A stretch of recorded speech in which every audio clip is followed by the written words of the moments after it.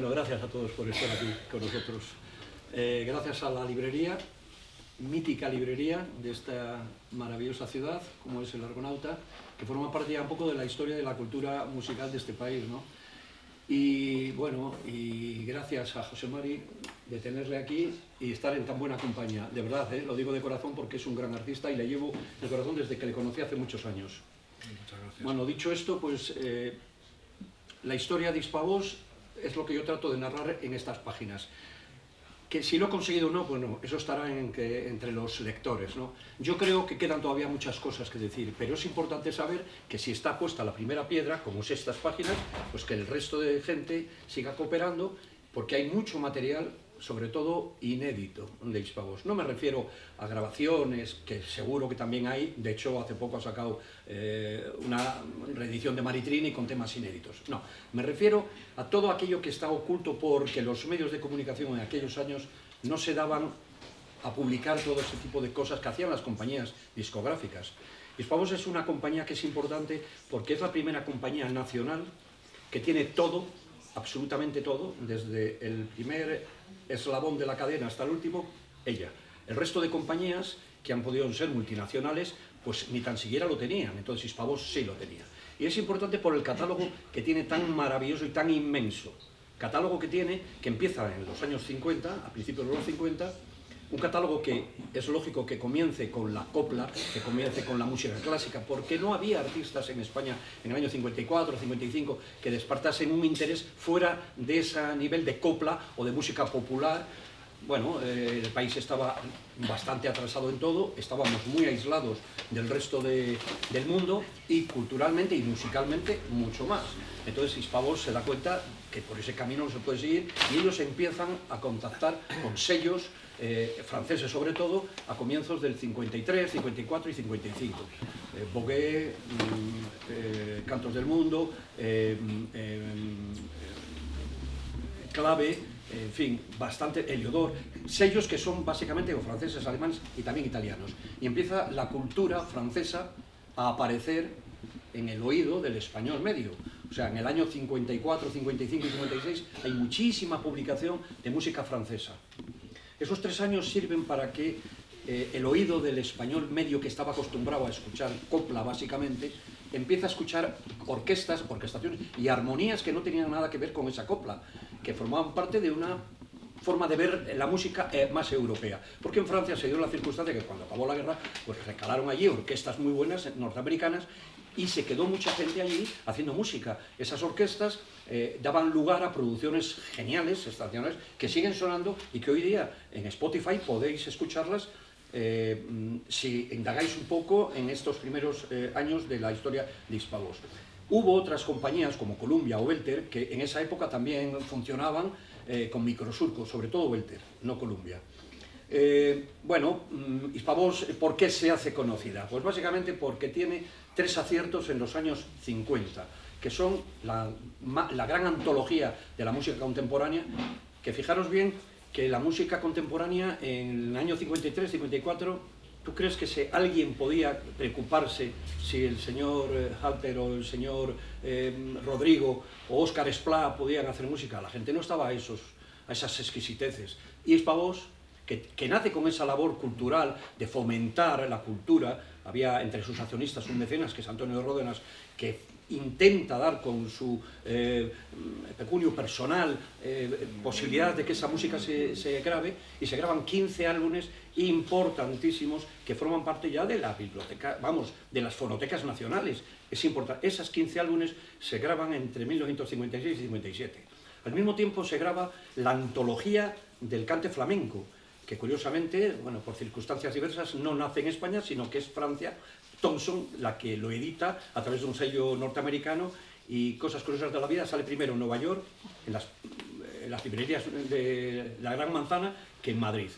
Pero bueno, al final la antología es un éxito, consigue la medalla de oro del Ministerio de Cultura francés. Estamos hablando de cante flamenco en Francia, Y Hispavox ya se apunta a 2 tantos.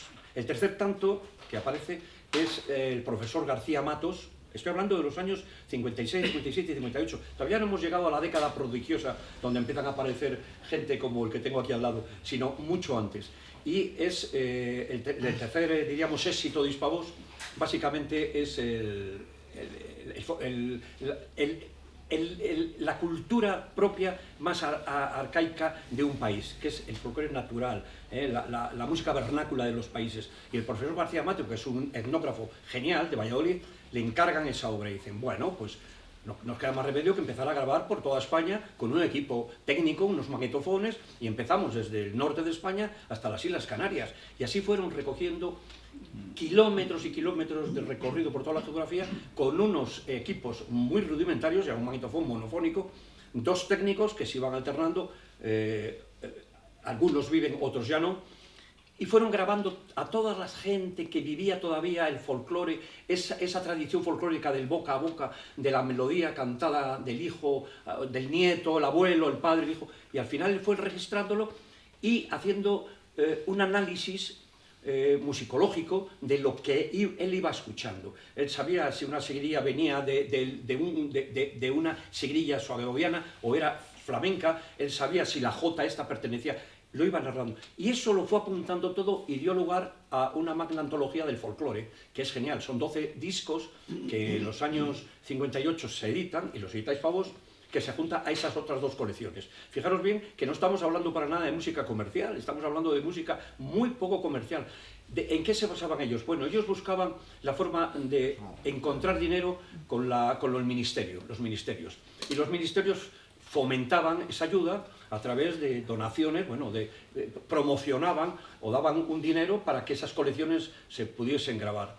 Ellos consiguen hasta el año 59-60 producir esa música junto con los sellos, y en el 57, que es cuando ellos se desplazan o encuentran una sede, que es la calle Cartagena, que es la primera sede que tienen, aunque en realidad ellos estuvieron en la calle Velázquez, en el número, creo que el 83, creo que era, de la calle Velázquez, en realidad era más que nada una oficina. Diríamos, la primera sede oficial de Hispavox es la calle Cartagena, en el número 62, 64, que esas casas existen todavía. En la parte baja de esos dos números existían a la mano izquierda, en unos bajos, las oficinas, y a la derecha estaban los departamentos artísticos, porque en esa época Hispavox no tenía estudios propios. Todo lo que hacía, tanto las zarzuelas que grabó todas las zarzuelas de Solozábal y demás gente, todas esas cosas que grababan, lo grababan normalmente en Cinearte, bueno, en platós de cine, que era lo que había en esa época. Estudios de grabación no había, o no había los apropiados, entonces se utilizaba el plató de cine para poder poner una orquesta de 60 músicos allí, el grupo lírico en el otro lado y todos con 3 o 4 micrófonos a la prima grabando. Y así se grababa, o sea, no había tío, pásame el río, si te equivocabas volvías a empezar. Normalmente era gente muy buena y no se equivocaba. Entonces, Hispavox utiliza los estudios de cine o los platós de cine como los estudios de grabación. Durante esa época, hasta el año 62, que es cuando se van a la calle Torrelaguna. Pero vamos a terminar aquí en el año 59-60, que es cuando empiezan en el año 58 es cuando empiezan los primeros artistas propios de Hispavox, aquellos que le empiezan a dar cierto conocimiento y fama. Antonio Machín es uno de ellos, Raúl del Castillo, que es un cubano. Por cierto, la música cubana recaló en España en el año 57, antes del golpe castrista, porque venían a mostrar esa cultura del son cubano que ya antecedía todo lo que ha sido después. Orquestas geniales que cantaban, que tocaban en las salas de fiesta que había en los grandes casinos cubanos, que eran orquestas geniales y que hacían giras por toda América. Y recalaron entre el 57 y el 58 en Europa. Alemania, Francia, Inglaterra, y llegaban a España. Mucha gente se quedó aquí. Raúl del Castillo es uno de ellos, Machín es otro. Y es gente que tenía un conocimiento muy distinto de la música. Era música, evidentemente, que no tenía nada que ver con la música que se hacía en España, pero tenía un conocimiento muy completo de lo que era una música de baile y alegre. En España, quitando la música de la copla, pues alegre no había nada. Bueno, sí, la sevillana, evidentemente, pero nadie iba a ponerse en una sala de fiestas a tocar sevillanas. Entonces, esta gente viene con sus orquestas, geniales orquestas, estupendas, vienen ya muy completas, metales, sesiones de percusión, Generalmente son de 8 a 12 músicos. En España, a partir del cuarto músico, que era el saxofón, un bajo, un contrabajo, una trompeta y un plato y una caja, era lo que había en los años 50. Y estas orquestas ya vienen, los bing bang, o sea, eran orquestas que ya sonaban que te morías, o sea, tremendo. Y están en esas grabaciones, que vuelvo a decir, podéis escuchar en Spotify, estupendas, son grabaciones monofónicas, pero ahí está. Entonces, en el año 59 empieza a tener sus propios artistas.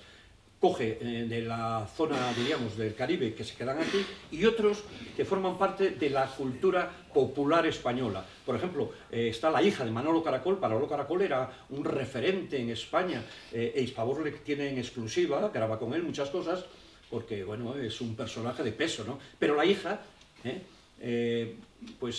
consigue Manolo Caracol hacerla, que la consigue hacer un contrato con Hispavox, y graba con Hispavox varios EPs, muy interesante todo el EP. El EP era un formato de disco pequeño, como un sencillo, pero con 4 canciones. En aquellos años, pues aquello de comprar un LP, olvídate, eso era caro y aparte de que gastaba mucho vinilo, y entonces se hacían muy pocos LPs, poquísimos, a no ser que tuvieras una carrera importante, eran EPs todos. Y además se hacía por economía, porque era más fácil vender a una persona, a un artista, hoy un EP y dentro de 5 meses otro, y dentro de otros 5 meses otro, porque era asequible. Y además ibas repartiendo el número de composiciones que hacían para esos artistas, era mucho más práctico. Entonces eran EPs.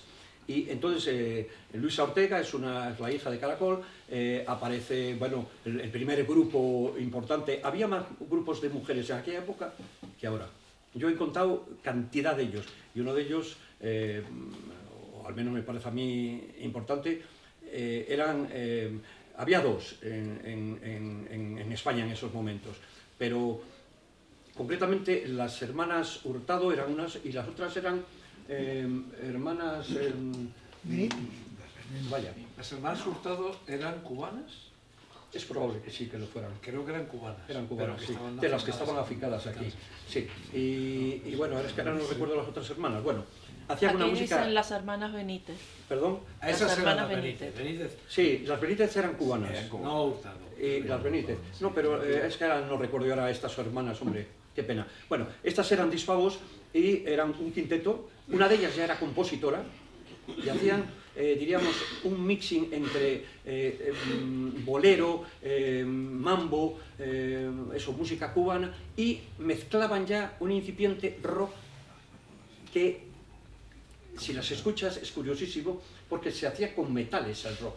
Y los hermanos García Segura, que eran los que hacían los arreglos a esta gente, que eran buenísimos haciendo arreglos, pues de alguna forma evitan el tener que poner un grupo, no porque no quisieran, es que no había grupos en el año 58 que tocasen rock and roll en España. Entonces lo hacen con metales, básicamente. Entonces hay una batería y los metales haciendo, los trombones van haciendo los contrabajos, sí. Las contratiempos los van haciendo las trompetas, en fin. Y este grupo es el primer, Hermanas Alcaide, ahora salió la palabra. Hay que dejar al alemán que deje de actuar, Hermanas Alcaide. Y entonces esta gente son las primeras que empiezan a hacer versiones propias de grupos, bueno, no grupos, que solistas están haciendo, sobre todo en Francia, de rock y tal, y ellos hacen sus versiones muy subgéneris. Hay otra artista, Rosetta, muy interesante también, que es la primera mujer que graba, una chiquita con 18, 19 años, el primer rock and roll en España, en el año 58. Sí, muy interesante. También con los hermanos García Segura, que eran como, antes de Waldo de los Ríos, eran los hermanos García Segura con Algueró, los que hacían todos los arreglos de Hispavox. Eran geniales, geniales. Y cada día tenían pues 2 o 3 producciones que echarse al estudio de grabación. Tenían una producción genial. Entonces, hasta el año 62, digo, Hispavox estuvo lanzando a toda esta gente, probando de aquí y de allá. Y cuando ya han ganado un dinerillo, porque se les dio muy bien, sobre todo las zarzuelas, el género lírico fue genial, y la idea de editar música de películas. La música de películas fue fundamental en la vida de Hispavox, porque con Sara Montiel, ahí es donde ganó mucho dinero. Sara Montiel fue una artista como la copa un pino, ya venía rebotada de Estados Unidos y tenía un catálogo inmenso de cine hecho, ¿no? Y aquí empieza a grabar toda la música, diríamos, musical que hay en España de los finales de los 50, cantidad de películas. El último cuplé es la que le da fama mundial y Hispavox, que edita toda la... Hispavox editó de ya casi 14 álbumes y EPs igual como 28 o 30, o sea que todo. Y gana mucho dinero con Sarita Montiel. Lo mismo que pasó con Mona Bell, que fue la primera artista internacional que tuvo Hispavox, con la que ganó el primer festival de Benidorm, con el telegrama famoso de los hermanos García Segura. Bueno, pues a partir de ese tiempo que fue, diríamos, haciendo fondo de catálogo y dinero, Hispavox consigue tener un remanente económico y dice, bueno, pues ahora que ya tenemos esto, vamos a crear una sede en un sitio apropiado y vamos a dejar de funcionar ya con los estudios de cine. Y se van a Torrelaguna. Cogen ahí en Ciudad Linal, hay una finca de casi 2 hectáreas y dicen, aquí vamos a poner. Encargan a un hermano de uno de los accionistas, Peral Buesa, que es arquitecto, le encargan el proyecto, este se va a Inglaterra, se fija en los estudios de Abbey Road, que estaban allí, dicen que eran los referentes, copia todo, dice, tal, me lo traigo para acá y lo construyo. Pasa el presupuesto. Los hermanos Vidal Zapater, que eran los directores de la compañía, dicen, perfecto, venga, no hay problema económico. Les llamaba en una canción Los Cuellos Duros. Los Cuellos Duros. Que se llama El Supremo Director. El Supremo Director. Que es un tema tuyo. Sí. Sí, señor. Que ha salido en la cosa esta de... Sí, señor, sí, señor. Camilo Superstar a la serie. Los Cuellos Duros del Supremo Director. Pero el cuello duro, porque era una persona totalmente, perfectamente vestida, que era una persona ya como inglesa, ¿no? Aséptico, totalmente. Sí. Hola, sí, ¿qué tal? José Manuel Vidal era así. Señor Vidal Zapater. Eran gente muy educada, muy educados. Hablaban muy bajito, procuraban no pasar desapercibidos. Sí. Y así es como empieza el edificio de la calle Torrelaguna. Cuando se construye es alucinante. Es que en España no había nada de eso, que hay un edificio enorme en donde hay un monstruoso, los techos, 15 metros tenían de altura esos techos. Los alrededores vacíos. Sí, no había nada, aquello eran, como decían, melonares. El Parque San Juan Bautista, que estaba detrás, que ese sí es de los años 50. Y M30 no había. M30 no había, y el aeropuerto Parayas había inaugurado, de Parayas, voy a mi tierra, de Barajas en el año 53. O sea que aquello era un ensanche. Y esta gente tiene una visión de futuro y dice, bueno, esto nos vale una cantidad de dinero que podemos afrontarlo y tal. Y ahí es donde ellos construyen esos estudios. Solamente el edificio de estudios, en esa parte, donde están los 2 controles, 2 estudios, una sala de corte, 2 salas de corte, una mono, otra estéreo, y una sala de copias, y los laboratorios. Es un edificio completísimo. No hay fábrica, la fábrica sigue manteniéndose en la calle Pantoja. Las prensas, la galvanoplasta también en la calle Pantoja, en Marcenado se sigue manteniendo todavía la imprenta y en la calle, como he dicho, Cartagena, las oficinas. Entonces, ¿ahí quién va? Pues van los técnicos y los productores. La primera parte es Martín Garea, Enrique Martín Garea, el productor de Hispavox, que después llegó a ser, yo creo que director de Columbia, ¿no? Columbia. Martín Garea, un personaje también increíble que había trabajado en la Sociedad de Autores, conocía muy bien el entramado de cómo había que firmar las canciones, sacar la casa. Él estaba en todas las canciones de la época, aparece Martín Garea como letrista, adaptador de letras. Entonces te puedes encontrar a Polanca con Martín Garea.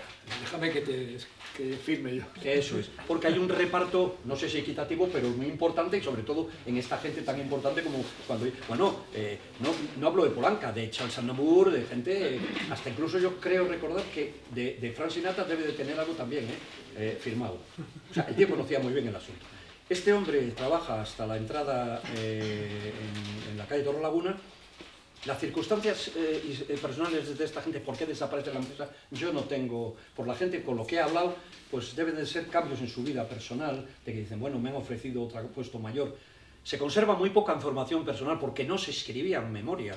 No es como ahora que hay el Facebook, hay todas estas cosas que dejamos información, no había nada. Entonces la gente desaparece y lo que tú quieras pensar de ellos, pues te lo piensas. Yo creo que fue un cambio de oferta que le hicieron y este hombre. Y es cuando aparece Trabucchelli.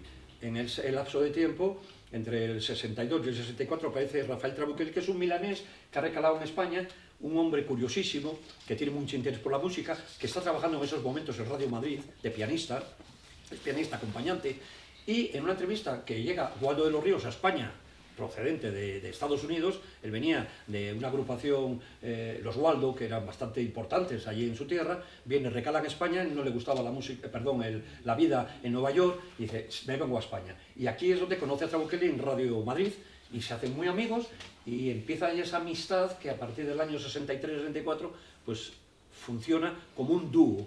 Pero falta una palta angular en todo esto, que es un chileno, que es el de la bata blanca, que tanto te llama a ti la atención, Mike Llewellyn, que es el que hace todas las grabaciones de toda esta gente, que hace posible el famoso sonido Torrelaguna. Ese trío, esto bajo mi punto de vista, el edificio y estos tres personajes crean ese sonido tan mágico, tan genial, que es identificativo de una época y de una casa discográfica. O sea, tú escuchas un sonido, y la carpeta hasta incluso, las carpetas de Dispavós eran únicas. Las veías y dices, esta es Dispavós. El tipo de letra, de logos que utilizaba, en fin. Ahí estaba Tony Luz. Tony Luz entra poco después. Sí, con nosotros. Un poco después, ya en los años, en el 68 o 69, entra Tony. Primero... Hay otra gente que no conozco ya. Sí, estaba precisamente... Carlos, otro cántabro, como él. Es que esta mañana hablando de cántabros, de que me he ido encontrando en el camino con mucha gente de Santander, y bueno, estaba vaya, el alemán, seguro que un genio del diseño, porque había estudiado en Alemania, tenía una mano genial para combinar los colores y sobre todo los degradados, lo hacía muy bien. No se hacía en aquella época, era todo tintas planas y tal, y él empieza a hacer degradados en los colores, en los títulos, y este hombre utiliza el plastificado en las carpetas. Utilizar plastificado en los años 60 era muy raro, primero porque era caro, pero ennoblecía la carpeta y la hacía vistosa. Entonces, estos colores les identifican, y la música que había dentro, con una buena grabación, pues lo hacía todo. Entonces, bueno, a partir de ahí, pues empieza gente como... Porque fijaros bien, Pequeñiques, que fue el primer grupo que en los años 60 tuvo Dispavós, que yo recuerde, primero importante que tuvo, que era cuando estaba Juan Pardo todavía. En el año 61 tienen una grabación que es Los Cuatro Muleros. Bien, esa grabación se hace con Martín Garea de productor todavía. 4 años después aparece Y lo desea, Juanita Banana, todas estas canciones que le dan Frente a Palacio, que le dan éxito. Y si oyes la producción, es otro mundo. Entre el mundo del 61 al mundo del 64, no tiene nada que ver. Es como si hubiésemos dado la vuelta a la hoja, aparece aquí otro mundo distinto. Y es la época de Trabuchelli, es la época de Miles Llewellyn Jones y la época de Waldo de los Ríos. Esa gente hace cosas geniales, que si no lo hubiesen hecho ellos, lo hubiesen hecho otros. Yo creo que no. Porque se han dado productores muy buenos en este país, se han dado técnicos muy buenos, músicos muy buenos, pero un tándem como ese, irrepetible. Y consiguen hacer, pues, poner un número 1 en el mundo, que es el Digno de la Alegría, que llega de la forma más inesperada, que es aprovechando un bicentenario del nacimiento de Beethoven, y dicen, bueno, el señor Roberto Pla, que dice, hombre, aprovechando esto podíamos, ya que los alemanes van a hacer, porque él Roberto Pla, el que llevaba el departamento de clásico, haciendo que los alemanes van a hacer esto, podíamos, y los Beidal dijeron, pues sí, nos parece muy bien, adelante señor Pla, vaya usted a buscar lo que usted considere. Y entonces Roberto les dice, bueno, pues había pensado en esto, y nosotros se quedaron así como diciendo, es que estos son palabras mayores, tocar a un clásico como Beethoven y empezar a meterle una batería y una guitarra acústica, como que es muy serio, pero claro, ¿cómo quedó la cosa? Éxito total. Sí, pero cuando escuchas eso y levantas las pistas y empiezas a ver lo que hay allí, dices, contra, que la orquesta está grabada en directo, que hay ahí 100 personas grabadas en directo. Waldo se ponía, y tú empiezas a subir las pistas y tienes 2 pistas de orquesta, 2 aéreos, 4, y tienes después solos de ciertos elementos, ¿me entiendes? Cornos y cosas de esas. El resto son guitarras acústicas, un bajo, una batería haciendo tal, y las voces, la coral. 12 pistas, se utilizaron 12 pistas. No había 16 pistas ni 24, 12. Con eso está grabado esas grabaciones. No solamente el Himno a la Alegría, está grabado todas las corales de Waldo, las sinfonías de Waldo, 12 pistas. No hacía falta más. ¿Qué mesa sería? Esa se grabó también, bueno, curioso, esa se grabó en 2 mesas. ¿Cómo? No había canales suficientes y utilizaron los 2 controles, el control 1 y el control 2. El de la derecha era el control 1 y el de la izquierda el control 2. Entonces, la pecera que había de frente al gran estudio era el control 1 y la otra la tenía en un lateral, a la izquierda. Entonces, los técnicos, 2 se pusieron aquí y otro se puso allí. Mike se puso en la mesa NIF, en la del control 1, mirando a toda la orquesta. Dieron el pim pam pum, marcaron una claqueta y en el 12 pistas, 16 canales en la mesa NIF y yo creo que 14 o 15 en la otra mesa. O sea que estamos hablando de casi 30 canales de micrófonos. La microfonía que tenía Hispavox era genial, era buenísima. Era todo micrófonos de condensador, la gran mayoría, y aquella grabación lo requería. Se habían hecho pruebas antes, porque Hispavox había grabado las sinfonías de Waldo 2 años antes y ya tenía experiencia de cómo tenía que grabarse. Se grababa la prima, ahí no había recordings. Si había un recording era porque había una voz solista y tal, pero toda la orquesta estaba grabada a primera mano. Como hacía Frank Sinatra, exactamente, cantando y con orquesta. Y si no has grabado, tienes un problema. Y dice, ¿está grabado? Y dice, vale, así se queda. No podíamos repetir, dice, no. No había overdubs ni nada de esto. No existía eso. Sí, sí, Apenas, para nada, todo a la vez. Para nada. Perdón, Lo que tú has dicho es muy interesante. ¿Que tenía mejor tecnología Hispavox que, por ejemplo, Abbey Road en aquella época? La misma. Teníamos la misma. Teníamos las mismas mesas. Era bueno en 4 pistas. No, pero vamos a ver, espera. 67. Vamos a ver, espera. Nosotros teníamos un 12 pistas por unas condiciones muy específicas. El señor Llewellyn Jones era representante, era un técnico muy bueno, y se hizo representante de Lyric Ortofon, de la empresa danesa, que era la que hacía las cápsulas para los cortes de acetatos. Y Lyric fabricaba equipos de altísima calidad para estudios de grabación. Fabricaba las cápsulas a través de Ortofon y ellos tenían Lyric su propia data. Entonces, a nosotros nos fabricó un multipista profeso de 12 pistas. No existía en el mundo. De hecho, no encontrarás ninguno, nada más que 2 Hispavox. Hubo un tercero que se utilizó también allí, que se utilizaba para repiques y tal. 12 pistas. De hecho, vosotros grabasteis en un 24, pero el primero yo creo que Solega está grabado en 12 pistas. Sí, te digo esto porque yo estuve hurgando en vuestras cintas. Pero me suena más la NIF. Sí, la mesa. Sí, la mesa sí, la NIF. Pero el 16. multipista, un 12 pistas. Puede ser. Bien. Esos 12 pistas, no es que no hubiera recording posibilidad, claro que había, si teníamos un 12 pistas, y si utilizaba los discos de Carina o los discos de Los Pasos, tienen grabaciones de multipista. Pero es que ¿cómo metes tú una orquesta de 60 músicos con una coral de 80 haciendo recording? Es imposible. Son músicos que además no es fácil que un músico sinfónico siga unos auriculares, la claqueta. Es el director. Ahí se ponía Waldo, se subía encima de una tarima, 1, 2, 3, y empezaba todo siguiendo la partitura. Ahí no había auriculares, era él el que dirigía. Y eso se grababa directamente en el multipista. A 4 pistas, después se podía hacer un recording de instrumentos solistas, pero nada más. Y sonaba de muerte. Y yo tuve la oportunidad, claro, de levantar esas pistas, y cuando yo lo escuchaba decía, no me extraña que esto haya sido un éxito. Es que ya de base está de maravilla, tocado, grabado. Eran músicos de la Nacional, casi todos eran de la Sinfónica y de la Orquesta Nacional. Entonces no había problemas de calidad musical. Sí, estamos hablando de la primera época que no había recordings, pero luego ya sí. No, y sí había recording en esa época, pero no para orquestas sinfónicas. Una orquesta sinfónica no puedes pinchar. Vamos, te arriesgas muchísimo, porque hay muchos legatos, hay muchas zonas de calderones, silencios, a ver cómo pilla. Y unos pueden ser más largos, otros más cortos. Es imposible. Entonces se grababa a la prima. Y había 2, en este caso del himno se grabaron 4 tomas, pero las 4 eran geniales. Eran por cuestión ya de claqueta, que esto es un poco... Bueno, total, que consiguieron un éxito tremendo, se vendió en todo el mundo. Miguel subió al Olimpo. Al Olimpo, sí. Y fue su despegue. Sí, y él era un gran artista, Miguel Ríos había triunfado. Mike Ríos. Empezó como Mike Ríos en el Pincel. Empezó como Mike Ríos y en español, en Hispavox los primeros los tiene como Mike Ríos. Era un artista muy grande. Era y es, vamos. Todavía lo tenemos entre nosotros. Y entonces este hombre hizo un gran trabajo.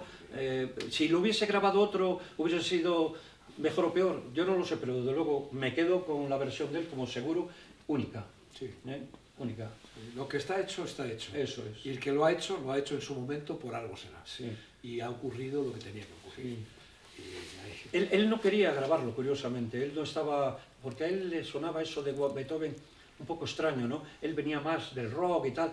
pero cuando se lo pusieron le pusieron el playback, se quedó tan impactado que dijo, bueno, ¿cuándo empezamos a grabar? O sea, él dijo, esto es lo grandioso, tan grandioso, que lo quiero grabar ya. Y así fue, se grabó, ¡pum! Y un pelotazo mundial. A partir de ahí Hispavox empieza a tener ya la certeza de que lo que está haciendo, bueno, pues funciona. Sí. Hispavox, el sonido Hispavox. Los 70 son Hispavox en España. Definitivamente. Sí, sí, sí. Y entonces aparecen grupos como, bueno, Los Ángeles, primero habían sido Los Pasos, después Los Ángeles, Módulos, Solera, y después Cánovas, Adolfo, Rodrigo Guzmán, que ya es el punto álgido de esa música de calidad, esa música que tiene un mensaje, que tiene letras, que ya empezamos a tener un mensaje que decir en este país, porque el castellano parece como maldito, nunca, hasta que esta gente empiezan a decir cosas y dices, coño, pues si también se pueden decir cosas así. Sí. Los Módulos lo hacían muy bien desde el punto de vista musical, sí, pero sus canciones, sus letras no formaban parte de ese movimiento, diríamos, cultural que precisaba ya el país en esa época de despegue. Estamos hablando finales del franquismo y el comienzo de la transición, ¿no? Los años 70, ese impasse que hay. De todas formas, había una sección, no digo en Hispavox, pero fuera de Hispavox, venían unos señores de negro que eran los que censuraban las canciones. ¿La señora azul? No, Señora Azul, no, bueno, la Señora Azul es otra cosa, que luego podemos explicar. Eso luego me interesa. Lo de Señores de Negro. Los Señores de Negro. Me has traído muy bien. ¿Queréis creer que la censura, bueno, tenemos ya canciones, a Monabel le censuraron 3 canciones, a Rafael le censuraron, no voy a decir todas, pero prácticamente todas, porque Manuel Alejandro era un compositor, él no hacía las letras, era su mujer las que las hacía, o las hace, porque todavía creo que viven. Entonces, tenía sus puntos las letras de Rafael, y los censores decían, por aquí no. Pero Rafael se la traía al pairo y en directo las cantaba como era, pero había que cortar. Entonces hay muchos cortes, muchos recordings. Yo he sufrido censura, y estoy hablando de la época de la movida, O sea, ibas a hacer así y venía un hacha. No, que había que volver a grabar el tema porque dices esto que no se debe hacer en caso de, por ejemplo, de la Sudamérica. Que hay palabras que suenan tan mal que allí no se puede decir. No se puede decir coger, por ejemplo, en esa época. Por ejemplo, o culo. Bueno, culo suena... Bueno, culo suena mal todavía. Bueno, pero coger... Dice, voy a coger, dice, como no sea por detrás del taxi, por el tubo de escape. Sí, sí lo dicen los así es como en Chile, y entonces hubo que cambiar en la censura, nos obligaba, no en este caso que son palabras que suenan mal, sino cosas muy tontas. La primera canción que hay censurada de Monabel, en el 57, es una canción, bueno, que ya está muy enamorada y que no le importa ese paso de morir por amor. Pues eso, para el franquismo, cuidado, eso de morir por amor, no. Por otras cosas sí, entonces había que censurarlo y tacharlo. Y se tachó, y de hecho yo he tenido, después en mi trabajo posterior en las emisoras, discos de esa época en donde o estaban rayados físicamente, se rayaban para que no se radiasen, o ponía censurado. Y entonces había una pegatina censurado. Eso lo hemos vivido, la gente que nos hemos dedicado a la radio, bueno, aquí hay gente que lo sabe tanto o mejor que yo, que es así. Entonces, la censura es un mal tremendo que aparece en los años 50 y parte de los 60. Volviendo un poco al hilo del otro, pues Hispavox a partir del año 73, que es cuando vosotros ganáis en el 72-73, sí. Pues hay un momento, el 73, la crisis del petróleo, a esa nos mata al mundo entero, porque la crisis del petróleo produce un grave daño a todo aquello que deriva del petróleo, y el vinilo es un componente básico, ¿no? Como los motores lo eran. Y entonces Hispavox, pam, y empieza a bajar económicamente, pierde mucho poder y tiene serios problemas para pagar a la gente. Hispavox en aquellos años tendría unas 250, llegó a las 340, o sea, 250 personas eran muchas familias, Bien, entonces hay un momento en que hay que buscar ayuda. Y había un personaje en México, que es Tomás Muñoz, que Tomás Muñoz estaba de presidente o de director de la filial de Hispavox en México, que es Gamma.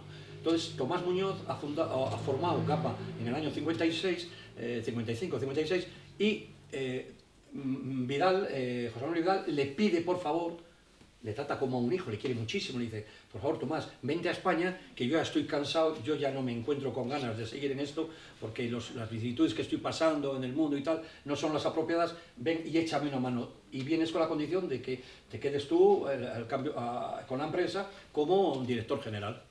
Tomás Muñoz, después de pensárselo mucho, viene a España, pero no le gusta la forma de trabajar que tienen en España. No hablo ya de Hispavox, sino de la forma del español. Él estaba acostumbrado a México, la proximidad con Norteamérica, era gente que trabajaba de sol a sol y después iban a su casa y ya no querían saber nada de la empresa. Y aquí había mucho de la capita, el cafetito, después de comer, la siestita y tal. Y le dice a José Manuel Vidal, mira, esto no es para mí. Esto no es para mí porque yo yo funciono de otra forma. Hombre, pero ¿cómo? En ese lapso de tiempo, que no han pasado ni meses, CBS le ofrece crear CBS en España. Ahí entra. Y se lo dan a Tomás Muñoz. CBS nosotros lo habíamos llevado como catálogo, del 62 al 66, que fue un palo cuando nos quitaron CBS, porque nos bajó mucho, diríamos, las ventas. Diríamos que del 66 al 73, pues Hispavox no fue para arriba, sino que fue lentamente bajando, a pesar de que en el 68 habíamos tenido el Lino y todo eso.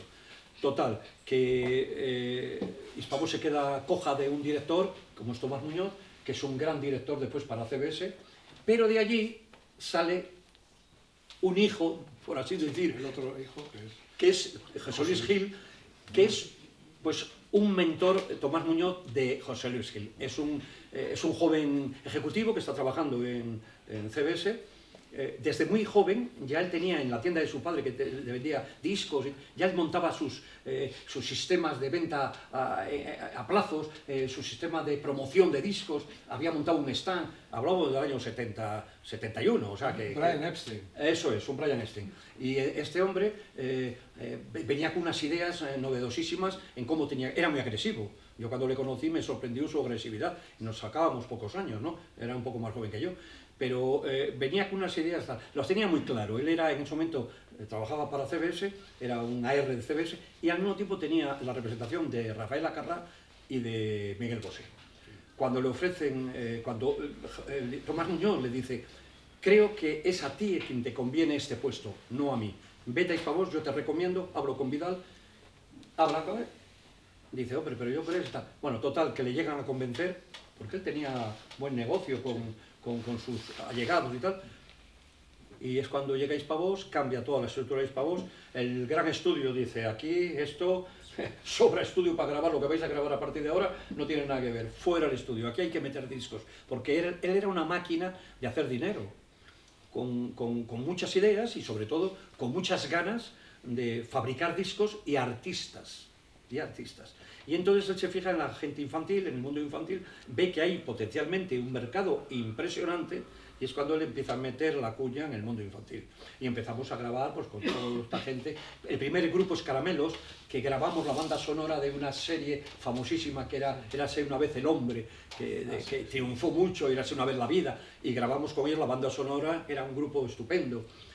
Y esa gente, con esos, este es el primer grupo infantil que tenía Hispavox. Había tenido otro que se llamaba Periquitos, mucho antes, ya que contra Coquelli, en los años 60, principios, pero no había funcionado. Pero Caramelo funcionó muy bien, sobre todo en Latinoamérica. Y a partir de ahí dice José Luis, bueno, pues ¿por qué no vamos a buscar gente jovencísima? Y entonces se inventa la idea de Enrique y su partner, que es Ana, Enrique y Ana. Y con Enrique y Ana vendimos millones de discos, nos inflamos a vender discos. Y no había sitio donde meter esos discos, porque se empresaban discos y eso ocupa mucho. No es como ahora que en una memoria RAM metes 50 millones de canciones. Pero en aquella época, aparte de que pesaba, era enorme la producción.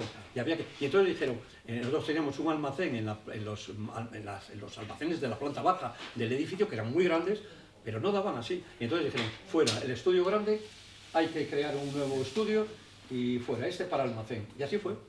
Cerramos el estudio, enorme, 15 metros de altura, 27 de largo por 18 de ancho. Eso yo no lo viví.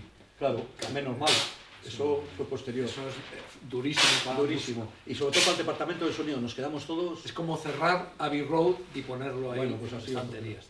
Pero bueno, tenía su idea y sabía por qué lo hacía. No, él sabía que había que prensar discos en épocas en donde se podían. Eran como... es una forma de ver el futuro. Si yo prenso hoy porque tengo posibilidades y lo Tenía que guardo... haber venido José Luis Gil también hoy. Bueno, yo en su momento le invité, no le quería poner yo nombrete ahora porque es un hombre muy ocupado y sobre todo porque, bueno, su situación personal de que tiene muchas historias, pero él es el que probablemente en la próxima charla que tengamos esté, porque yo quiero que esté él aquí conmigo.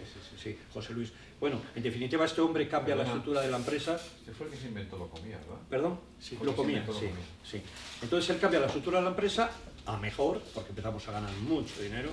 No quiere decir que antes no se ganase, pero tal vez los Vidales eran más conservadores. O sea, con lo que ganaban era suficiente y no aventuraban a más, o igual no podían. La verdad es que yo nunca lo he sabido. Eso habría que meterse en los libros de contabilidad. Y como no es el caso, entonces José Luis Gil cambia toda la estructura y coincide con una época, sobre todo muy importante en esta ciudad, que es la movida. Aparecen una serie de personajes en ella, sobre todo de publicidad, de cine, de diseño gráfico, de poesía, a moverse y a crear una cultura paralela a la que había, que es más abierta, bueno, que tiene un mensaje menos corsetado, más abierto a todo tipo de actividades, o sea, todo el mundo vale, y todo el mundo puede crear, y a mí eso me parecía genial. Y hubo gente allí, teníamos gente como Casado, Carlos Juan Casado, que era un tío que estaba todo el día metido para callar, después acabó de director de Virgin, que era un tío que merecía la pena hablar con él media hora porque aprendías muchísimo con él y además encima eran como muy afable en su conversación. Y ese estaba todo el día por aquí, por allá, escuchando, y se le iban quedando todas las cosas de lo que oía. Y es el que después daba, diríamos, el mensaje o el extracto a Gil o a Blasco, que era el que tenía de segundo, ¿no? Y así se fue haciendo un pequeño apunte de lo que interesaba grabar de aquella gente, ¿eh? Y Spavós, como fue la primera que se dio cuenta de que aquellos chiquitos que iban vestidos de punky, de pijos y que tenían posiblemente futuro, como fue la primera, pues cogió los que aparentemente eran los mejores o los que más podían, como eran Radio Futura, como eran Nacha Pop, como Alaska y toda esta gente. Entonces los fue trabajando antes de que se los llevasen otras compañías. En este caso, Polygram, efectivamente, que ya andaba detrás de ellos. Estaba en el otro lado de la autopista. Chillando. Ahí estaba Lele Sarrotti, por ejemplo. Bueno, el caso es que esta gente consigue los contratos de todas estas gente que hoy día son míticos, ¿no? Quien no conoce a Alaska o quien no conoce a los hermanos Auserón o a Antonio Vega. Entonces, esa gente empieza a ir allí y empezamos a grabarles. Y nos encontramos con un problema serio. Claro, habíamos pasado de grabar a esta gente que no daba problemas, que ponías un micrófono y podías tardar una hora y media, pero tenías el tema, a empezar a tener problemas serios de tiempo, de técnica. Y de técnica y de forma de tocar. Técnica. Porque lo que pasaba en esa época, que es una cosa que hay que decir, es que valía todo. O sea, tú querías ser famoso, pero sin pasar por el tamiz del aprendizaje y de estar tocando años delante del público y aprender un instrumento. Pero había tantas ganas que era como abrir la puerta y salir todos corriendo. Así fue. Yo les llamaba diletantes, porque en el fondo eran eso, diletantes. Era gente que tenía afición, que sabían algo, algunos pocos, afinaban bien, en los instrumentos me refiero. No tocaban instrumentos complejos. Por ejemplo, yo he grabado con gente que podía tocar un sitar y se ponían al piano y te tocaban luego la batería. Ya no hablo de multiinstrumentistas, ¿eh? Ahí tenemos a un sitarista. Bueno, por ejemplo. Entonces, esta gente tocaba normalmente aquello que era lo más fácil, que era pues, la guitarra eléctrica o la batería, y a ritmos pues, simples y sencillos. Entonces, a los ingenieros nos costaba mucho grabar eso. Primero, porque con un músico sesión, yo estaba por las mañanas, imagínate, con Daniel Baona o con Trabuchelli, y grabábamos. Regolí, por ejemplo. Y te dabas una partitira a Regolí y empezaba a darle a los palos y le faltaban palos por todos los sitios. Y claro, sobre todo lo más importante, ya no palos, el ritmo empezaba en 90 y acababa en 90. Buah, eso es... O sea, claquetas auténticas. Y eso para un arreglista es muy importante, porque sabe que todo el guión musical le puede seguir sin problemas, pinchar en cualquier momento. Pero claro, si tú empiezas en 90 y acabas en 98, pues la cosa va así. Muchas canciones de Atlanti, por ejemplo, de los años, nosotros tuvimos Atlanti, entre los sellos importantes que tuvimos, pues fue Atlanti uno de ellos, ¿no?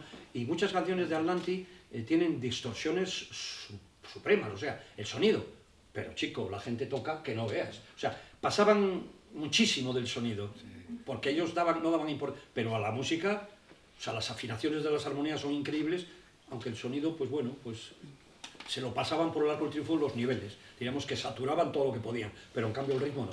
Entonces nosotros con la movida tuvimos serios problemas. Tú sabes que fue complejo grabarles. Eran jóvenes, más jóvenes que nosotros, Mucho más que vosotros. porque es la movida, y ellos son como los hermanos menores que necesitaban el tiempo para aprender. Luego aprendieron. Pero dieron sus frutos, y la música que estamos disfrutando hoy en día pues viene de un compendio entre lo vuestro y lo que salió de la movida. Porque la movida fue una batidora, yo siempre digo, a muchas revoluciones, pero la paras en un momento y lo que queda, ese pozo es lo que... Quedó muy poca gente de la movida que hiciera algo interesante. Pero la que quedó, ahí tenías... Época de máquinas también. Hombre, sí, ahí empieza todo. Tecno. Ahí empieza, mira, ahora que está tan de moda la inteligencia artificial, a mí me llama la atención que la gente no tiene en consideración cómo hubo el tránsito entre la música acústica que hacíais vosotros en el estudio, cuando aparece la primera, yo me acuerdo con Javier de Juan, que trajo el de Estados Unidos, la primera Lin, caja, que era una caja sampleada ya, no era una caja de ritmos como la que utilizaba la movida, que eran baterías electrónicas con ruido. La Lin y la Simmons. Y la Simmons, efectivamente. Pero la Lin era la primera batería que tenía un sampleo ya, y estás hablando del año 81 o 82. Ya empieza a meterse por ahí, diríamos... Roger Lin. Roger Lin, sí. Ya empieza a meterse por ahí, a incidir esta técnica que de humana tiene muy poco, tampoco no es artificial, inteligencia artificial, pero de humana la tiene muy poco, y ya empieza el MIDI a funcionar años después, ya empiezan los samplers a funcionar, o sea, que la inteligencia artificial tiene una consecuencia de todo lo que ha habido anteriormente. No nos asustemos con lo que venga porque es lo que hay y no va a pasar absolutamente nada. Hay que convivir con ello y saber utilizarlo, como supimos utilizar el MIDI y como supimos utilizar las baterías electrónicas, y que hoy día, en un estudio de grabación, no puedes mandar, si la producción es barata, no puedes tener 8 músicos o 10 porque vale una fortuna, a no ser que los que toquen sean músicos. Entonces la música tiene que estar de alguna forma contenida dentro de un sistema que pueden ser baterías electrónicas, sistemas sampleados, librerías. Joder, las librerías hoy día son... Sí. ¿Quién no ha utilizado una librería hoy día? Claro, las librerías valen dinero porque están muy bien logrados los sonidos, pero no nos engañemos, la música ha ido cambiando. Desde que yo he empezado a contar esta historia, en el año 53, hasta el 2024 que estamos ahora, y tiene casi 7 fases distintas. Claro, escuchas la música de los 80 ahora, las cajas esas, las baterías de Lin y Simmons, Simmons se llamaba. ¿Y qué ocurre? Que ahora lo oyes y es horroroso, para mí. Pero en ese momento no Pero en ese momento era algo diferente. Tenía una pegada impresionante. Sí, pero ahora está fuera de contexto. No, estaba fuera era de contexto. Importante, la caja era más importante casi que la voz. Para mí eso era como, ahora lo oyes y sí, es otro mundo, es otro mundo. Claro, sí. Tú vienes de los años 70, que es otra música, que es una música, lo que decías tú, acústica, que es mucho más elaborada, más de micro, de tocar aquí y llevar el tiempo, que no había clic. Entonces, era el tiempo a seguir al batería. Si el batería tenía problemas, teníamos todos problemas.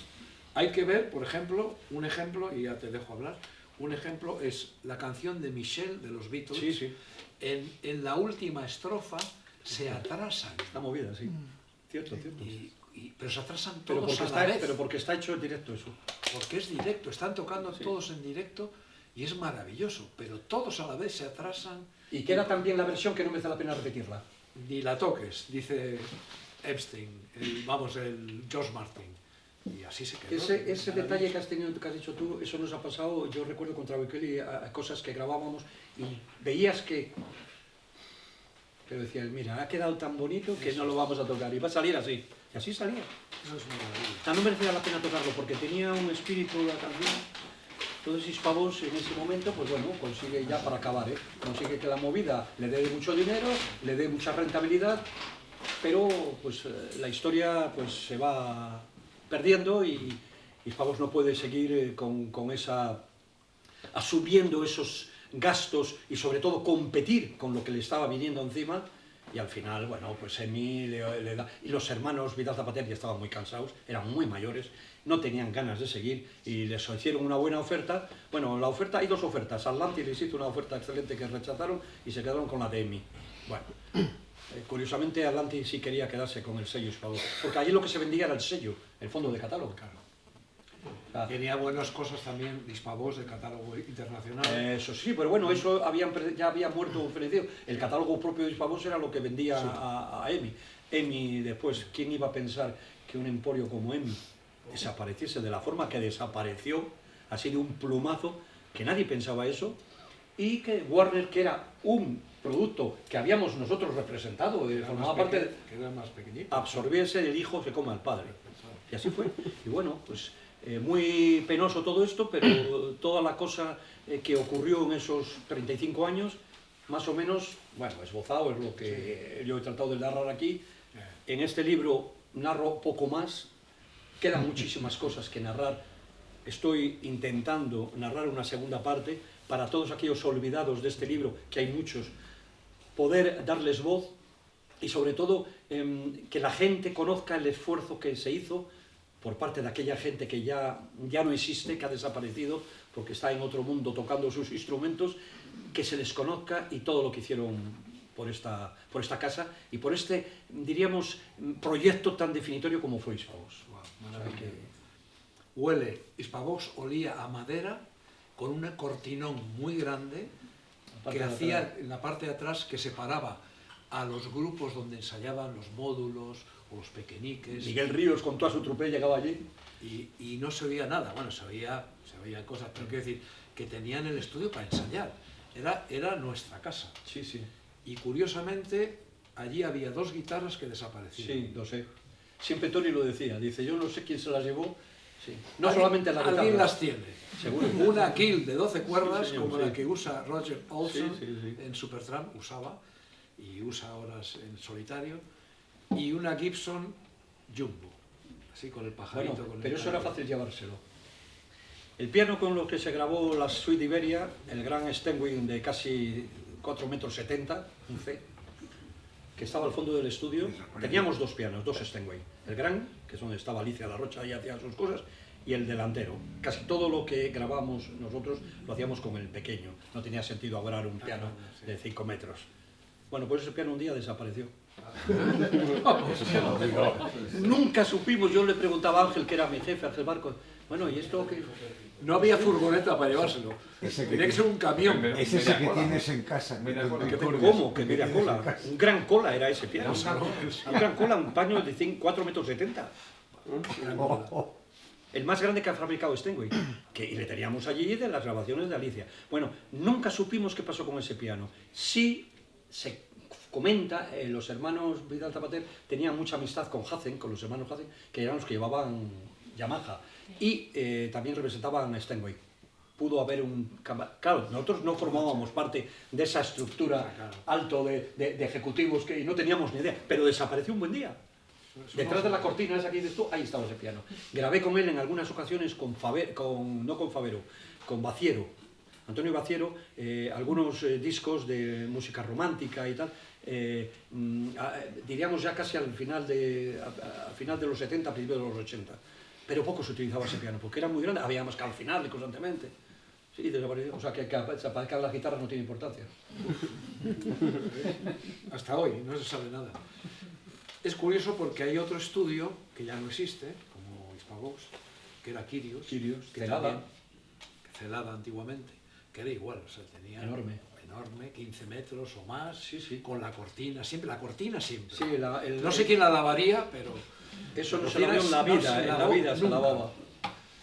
Y bueno, y son estudios que han sido nuestra vida, que han desaparecido, que ahora están en... Y que tú has tenido la suerte de estar en ellos y grabar en ellos. Sí, sí, y ha sido una maravilla. Sonaba muy bien, utilizamos una pequeña parte, la parte delantera para grabar grupos, la parte diríamos que había un pequeño set de batería, un búnker pequeño de batería, y de ahí hacia la pecera es donde grabábamos. El resto lo tapábamos con biombos, cerrábamos los grupos, o sea, la guitarra, ¿no? Y el resto estaba... Y después yo recuerdo, había unas pequeñas estadillos de madera, que es donde se subían, ponían ahí los músicos y tal. Yo no llegué a grabar nunca, bueno, miento, sí grabé grandes orquestas con Nacha Guevara y Alberto Favero, sobre todo...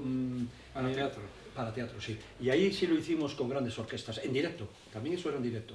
Y es las únicas veces que yo he utilizado ese estudio con orquestación grande, porque las orquestaciones de Waldo una vez que desaparece, en el año 77, no sé si quedó mal el cuerpo en la gente, ya no volvieron a tocar nada de grandes orquestaciones ni nada, o porque no había talento para ello. Que hubo gente muy buena en Hispavox, como era Miguel Ramos y su órgano Hammond. Miguel Ramos era un gran pianista, un gran organista, un gran músico, que había engañado a medio Francia haciendo creer que era una mujer la que tocaba el órgano, cuando él era el que tocaba el órgano con un hombre y una mujer. O sea, curiosísimo, y había vivido muchos años allí en Francia, ¿no? Y este hombre llega a España a través de Trabuchelli, le trae, le reclama y tal, era un pianista increíble, y le dice, bueno, mira, vamos a hacer una cosa, vamos a hacer series completas con el órgano. Teníamos un, ¿te acuerdas? Un órgano enorme, un Hammond, era B3 un B3, yo creo que un B3, sí, o B2 un B3, bueno, con su pedalera, sí. 3 teclados, y ahí el señor Ramos se ponía sus partituras y cada 15 días yo creo que hacía un LP. Sí. Venía Regolí a la batería, no sé si era Eduardo Gracia al bajo, podía ser, pero podría ser cualquier otro, y con 4 músicos hacía un LP. Eran éxitos, lo que hizo después Fapetti con el saxofón, o bueno, mucha gente que hacía versiones con instrumentos de temas que eran clásicos. Y este Ramos era un genio, hizo colecciones enteras de LPs, que se han escuchado en el lío musical por toda España. Sí.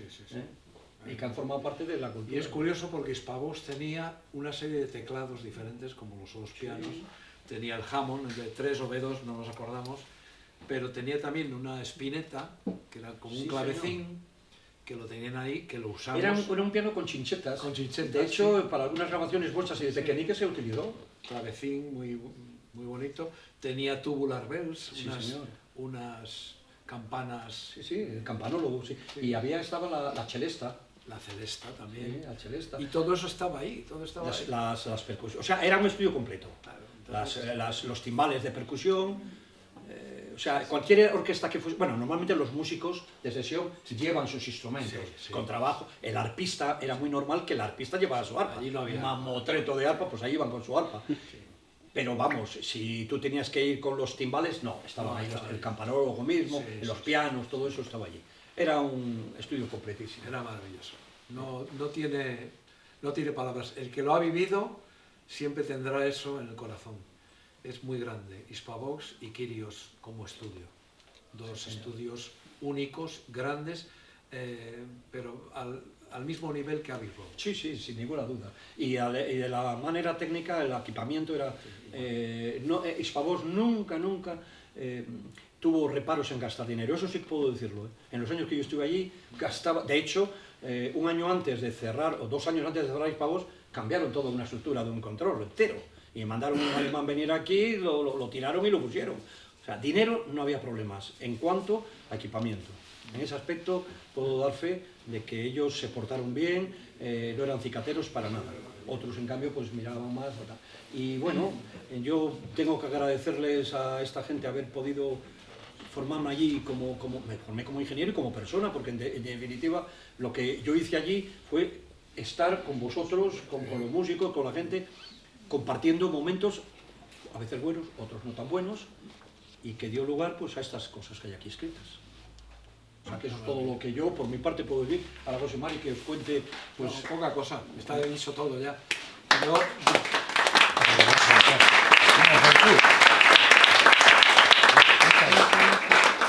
Gracias, José María. 10 Monzón, que no Mazón. Es que como estamos ya totalmente ubicados, estamos ya alterados con tanta noticia que nos sale cualquier nombre. Es Monzón. Sí, señor. Bueno, pues poca cosa hay que decir más, que visto desde la parte artística de tocar, era una maravilla porque Rafael Trabuchelli, que era nosotros éramos del 73, 72 finales al 74 finales. Estuvimos poco tiempo, pero fue un tiempo en el que hicimos 2 discos, que era el disco de Solera, con los hermanos Los Martín, hermanos Martín. José y Manuel, que estaban pronto amanecerá y vamos a hacer un diseño. Nos conocimos allí Rodrigo y yo y empezamos, como leíamos partituras, pues estábamos ahí, yo como bajista, él como guitarrista y yo como bajista. Y bueno, pues ahí empezó todo. Y Trabuchelli nos brindó, nos abrió las puertas. Y dice, ¿por qué no hacéis un disco? Así de sencillo. Eso no ocurre ahora. ¿Por qué no hacéis un disco? Venga, vamos a hacerlo. Y es lo que hicimos, porque había muchas composiciones y un año después, como siempre hay que... Los grupos ya saben lo que pasa, que no duran ni un año muchas veces, y eso nos pasó a nosotros. Hicimos lo de Cánova Rodrigo de Guzmán en el mismo sitio, ya tocando nosotros, ya sin batería, porque Solera no tenía batería, ¿no? Pues vino Regolí, Sí, por eso Rodríguez hemos hablado, están en sesiones. que era profesor del Conservatorio de Percusión, un capo valenciano, o de la zona de Levante. Sí, ¿no? sí, era valenciano él, sí. Porque en Valencia hay muchos, Sí. no solo pitos de brass y de Metales, sí. sino que hay mucha gente buena de percusión, de siempre. Y luego, ya con nosotros, Cánova Rodrigo de Guzmán, ya escogía Cánovas, que tocaba la batería, y ya todas las canciones con Cánovas.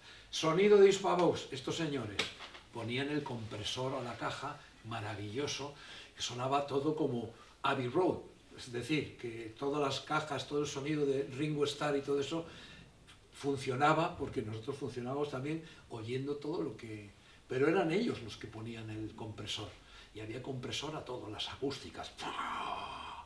Sonaban como muy abiertas y muy comprimidas, muy bonitas, y la batería y todo eso, y los bajos y todo. Y sigue sonando. Y sigue sonando. Eso ahí está, está en los discos, que precisamente este es 50 años de Krag, 50 años de Triana, 51 años de Solera. Sí, sí, sí. O sea, Los que ha grandes. pasado, los grandes, que ya somos mayores, pero somos grandes por mayores. Y por todo lo que hemos vivido en Hispavox, que ha sido nuestra casa, nuestra primera casa. Luego ya estuvimos en Polygram, estuvimos en CBS, estuve yo en CBS, bueno, como Cadillac también. Y bueno, estuvimos en diferentes casas, pero nuestra casa primigenia, la que nos vio nacer, fue Hispavox. Así, sí. Y tengo que darle, bueno, todos los recuerdos grandes son lo estoy viendo ahora, el olor a madera, a la cortina que no se lavaba nunca. El entrar allí. ¿Te acuerdas aquella cafetería que teníamos al lado del estudio? Sí. La pequeña cafetería, Sí. ahí donde entraban todos los músicos cuando hacíamos las sesiones, las paradas. Te imagínate, 50 músicos, si quieren todos entrar allí, no entraba nadie, todos afuera con la cerveza y tal.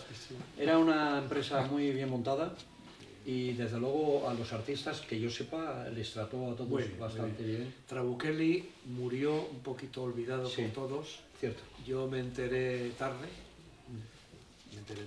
si no hubiese estado ahí, porque no te enteras. Sí. Que dejas de ver a una persona y resulta que se ha muerto hace un año. Sí, cierto. Y te lo dicen Sí, tarde. Trabuchelli tuvo un final en ese aspecto. Yo por eso aquí en el libro he querido honrarle bastante, porque no solamente él, pero desde luego él a mí me influyó mucho como persona, porque aprendías mucho de él y aprendías más de sus silencios que de sus palabras, ¿eh? Sí. Cuando no le gustaba una cosa no decía nunca nada. Qué bueno. Te miraba y ya sabías lo que había. Entonces era una persona que hizo humilde. tanto por la música, que yo creo que tenía que habérsele recordado más, y tristemente Porque él era arreglista, pero no le gustaba que le Ya. llamaran arreglista, sino que hacía fondos orquestales. Así es, así es. Pero ¿cómo fondos orquestales? Porque en Radio Madrid decía arreglos musicales de Rafael Trabuchelli. Decían por los micros. Montaje musical Rafael Trabuchelli. Eso es. Gracias por ese, así es, montaje musical. Y él era arreglista, lo que pasa que los Y fondos muy bueno. los fondos musicales que nos hacía a Solera y a Cánova Rodrigo de Guzmán eran suyos. Era una maravilla. Pero no le gustaba que fuera arreglista, decirle arreglista, arreglos de Rafael de lo que no, fondos musicales. Sí, por eso siempre solía firmar las producciones, y aunque tampoco era muy compositor, no le gustaba mucho. Yo grabé muchas cosas de él, pero no era de un disco o de dos discos podía aparecer una canción de Rafael Trabuchelli. No le gustaba. Fíjate que hubiese sido muy fácil para él firmar cantidad de canciones. Sí. No, lo hacía como productor. Y como productor, que es una cosa muy interesante que a mí me lo comentó José Luis Gil, yo no lo sabía. Como productor, en la época antes de entrar Gil, estaba a sueldo. Pero José Luis Gil le dignificó un poco más y le hizo partícipe de las producciones. Y eso a mí me pareció muy loable por parte del equipo de Gil, porque le garantizó una mejora económica importante. Tal vez era otra época en donde no aparecían en los créditos de los discos nadie, nada más que el artista y el productor. Pero yo decía, pero vamos a ver, si en una película aparece hasta el que lleva el bocadillo allí, ¿por qué no van a aparecer aquí? Para lo bueno y para lo malo, ¿eh? Que se refleje todo el mundo el que está aquí, porque además así puede aparecer una cultura en el país de quién es este, quién es el otro, cómo se mueve este, cómo se mueve el otro, y empieza Hispavox en el año 78 más o menos ya a poner los nombres de la gente que participa, el productor, el realizador, el ingeniero, el técnico, el ayudante, en fin, todo eso que no se daba en vuestros discos. Diseño gráfico. Eso es, diseño gráfico. Entonces eso fue una labor que hoy día os parece normal o cualquiera que veáis en cualquier producto, pero en aquellos años no era. No. O sea, no estaba como muy dignificado las profesiones fuera de el músico o del productor. Era como uno más de la empresa, como el que podía estar detrás de la barra del bar, aunque fueras como Mike, que era un genio como ingeniero, ¿no? No hemos dicho una cosa muy importante, los técnicos de sonido en los años 70 más o menos, cuando estaba yo, iban con bata blanca, sí. Parecía que te iban a operar, Sí. Un dentista de bata blanca, sí, sí. y se ponía aquí con el... Y era como... Y aquí el cartelito del del nombre, sí, sí. como Sí. Llewellyn Jones. Sí. Era como... Yo cuando entré allí todavía conocí las batas, yo nunca me la puse, tal vez porque yo era muy joven y ellos... Pero, por cierto, nos tratábamos de usted. Todos nos tratábamos. Yo jamás a ninguno, a Trabuchelli o a Mai, les traté de tú. Bueno, ni ellos a mí, ¿eh? De usted. Usted, José María, usted tal. Sí. Y claro, eso ya de entrada creaba una distancia y ya esa distancia era fundamental, porque tú sabías dónde llegaba la confianza de eso y nunca te daban un abrazo ni una... Te ha quedado muy bien esto, ¿eh? Tal. Punto. Un poco lo de los Vidal. Pues muy bien. Vidal Zapater, cuello duro. Sí. No eran gente que de alguna forma publicitasen su emoción, para nada. Tenían una historia anterior a la nuestra, un mundo más distinto, más parco en todo. Sí. Muy inglés. Muy inglés y no... Muy pulcro. Muy pulcro, sí. Y poco dado a hacer... Muy austero. Sí, manifestaciones externas, todos ellos, todos. Allí tú no ves, y cuando llegaba Silvetti, recuerdo yo, que era el más enredador de todos, que unas juergas se montaba él, a Trabuchelli aquello le salía, cuando empezaba a chillar por los pasillos y a reírse, Trabuchelli aquello se ponía, ya está el loco, chillando argentino, y tal, argentino y tal.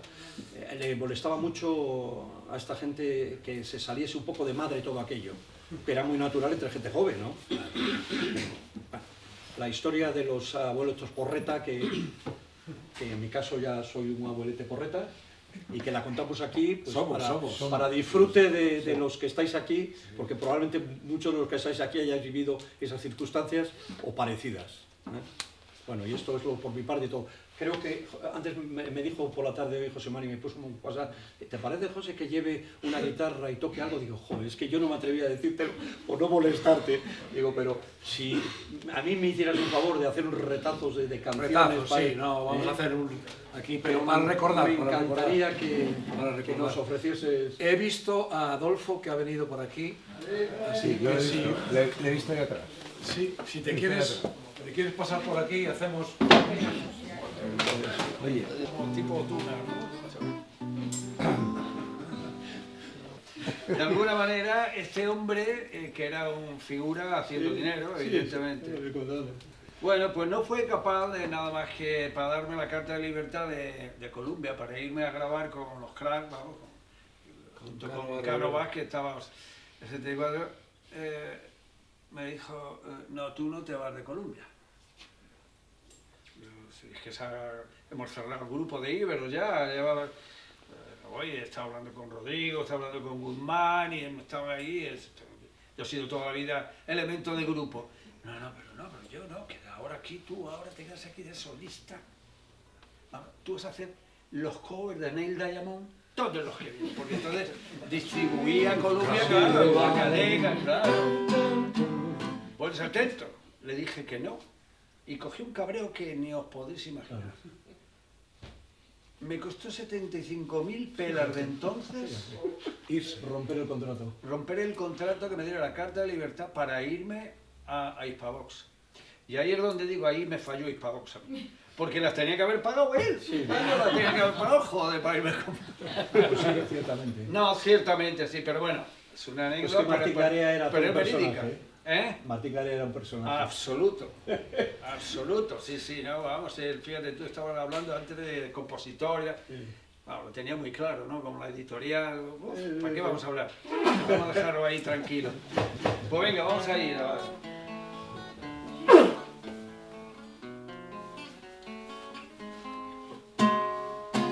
Recorriendo por las calles del viejo París, recordando que estuviste junto a mí. Esos días tan felices que no volverán y se agolpan en mi mente y después se van. Una vida llena de ilusión que ya se fue, unos besos que vivieron el ayer, la nostalgia de un tranquilo y triste atardecer, unas horas que jamás creí perder. Quiero que vuelvas a mí, donde quiera que tú estés.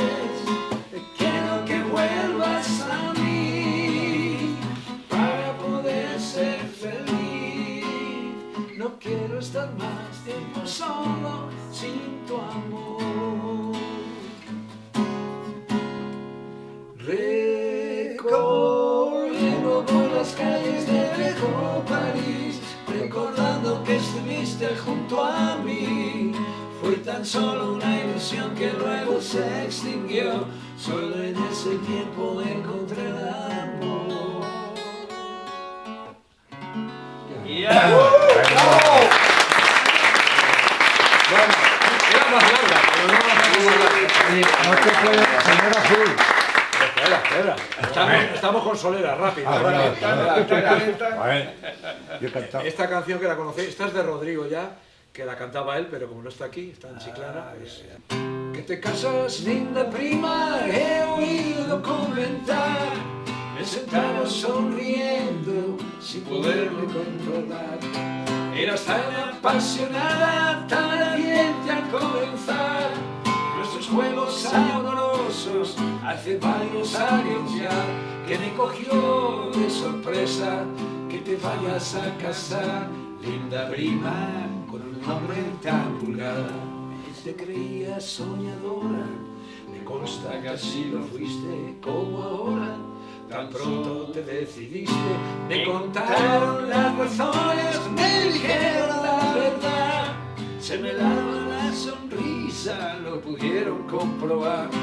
No sé qué tiene dinero, que está en buena exposición, que es un hombre rico y serio, viejo y seco añado yo.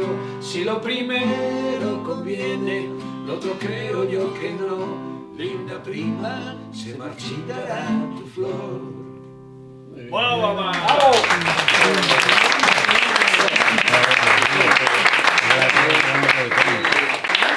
Bueno, ya para terminar, porque esto no es un concierto, sino hemos venido a hablar del libro de José María, y esto no es, estamos apoyando a este libro y a Hispavox, que ha sido nuestra casa de siempre, nuestra primera casa, es como la casa materna, ¿no? Tendría que llamarse Hispavoxa, pero bueno. Señor azul, que sin contemplación, desde la cima de tu dignidad, vas a imponer tu terca voluntad y con tu opinión medir nuestro criterio. Señor azul, Que ciego es la razón, deja sentir tu olímpico desdén. Es sugestión tu alarde de saber, tu realidad es solo confusión. tú no puedes apreciar con propiedad el color